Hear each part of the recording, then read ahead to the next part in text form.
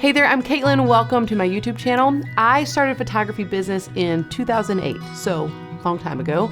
And I've been thinking, like, if I started now, so much has changed. Social media has changed. Opportunities for education have changed. So what would I do if I started a business in 2022 instead of 2008? I'm gonna break that down right now. So the first thing that I would do is I would invest in a mirrorless camera body. I would go mirrorless because it sets you up to be able to use lenses and grow and not have to backtrack. If you buy a DSLR right now, as a beginner in 2022, you're wasting money because you're gonna have to make a big transition later. The DSLR lines are not expanding or improving or innovating in any way. They're dying. So I shoot Canon. You may shoot something else, but if you're a Canon user, I would recommend the Canon RP, which is a full frame mirrorless camera that is under $1,000. So the benefit of this is that you get a full frame camera. So you get the benefits of shooting full frame and you're allowing yourself to get into the RF lens lineup immediately. So getting into the Canon RF mount line as soon as possible is gonna set you up really well to grow as you grow as a photographer instead of you having to go backwards and change some of your equipment because you didn't make a great foundational gear decision. So number two, find one social media platform and do it really well. When I first started and I was creating content to grow and market myself online, I had two options: blogging, Facebook. So I blogged and I shared it on Facebook and I was constantly trying to get likes. It's fascinating. Now, look at the world we live in. How do you decide where to spend your time? Like, it is overwhelming. It can be all consuming. And if you don't have a strategy, you can get lost in it and actually not get any traction. So my recommendation would be, if I was starting in 2022, I would find the platform that I resonated and connected with the most with your personality, and then create content, learn that platform and create content that works well there, and then find ways to use that content and multiply it out and automate it into other places, other platforms. But for some people, they're trying to host YouTube channels, they're trying to do TikTok, they're trying to do Instagram, they're also trying to build a Facebook page and do email marketing and all the things, and they're drowning and not winning at one of them. So if I was just getting started right now, honestly, I would put my effort into TikTok and Instagram. You may be wondering, well, Katelyn, where's your TikTok? It doesn't really exist quite yet, but really, I've kind of connected to my people. Not that I don't want to grow, and I'm still open to it.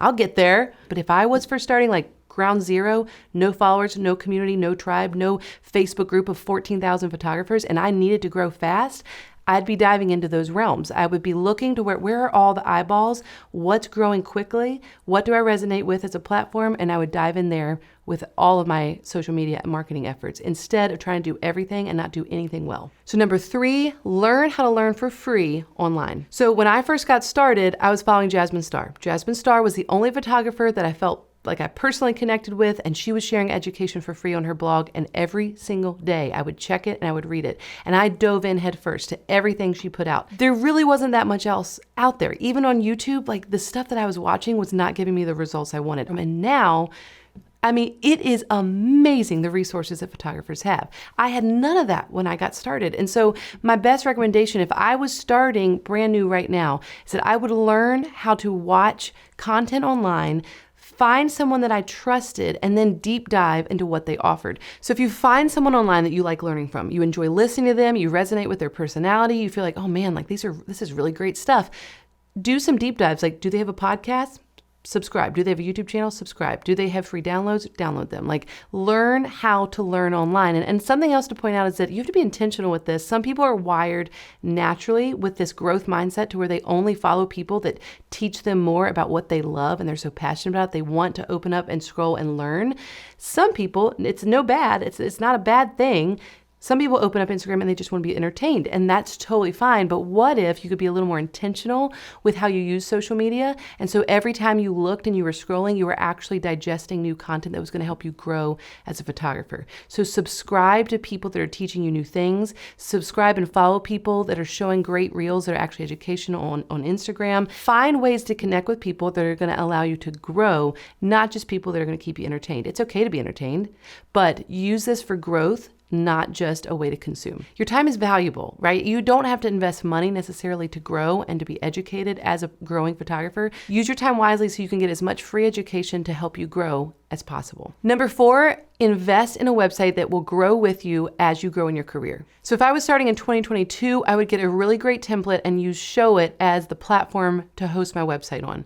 you can have a site that looks super professional. It can be expanded, it can grow, it's mobile friendly. You can literally do anything you want on Showit creatively, and it's going to cost you a couple $100. Now, are there other cheap options? Yes, but if you go super cheap or free, you're going to be hindered, and as you start picking up momentum, your website is going to be something that kills your vibe and your growth and your potential credibility.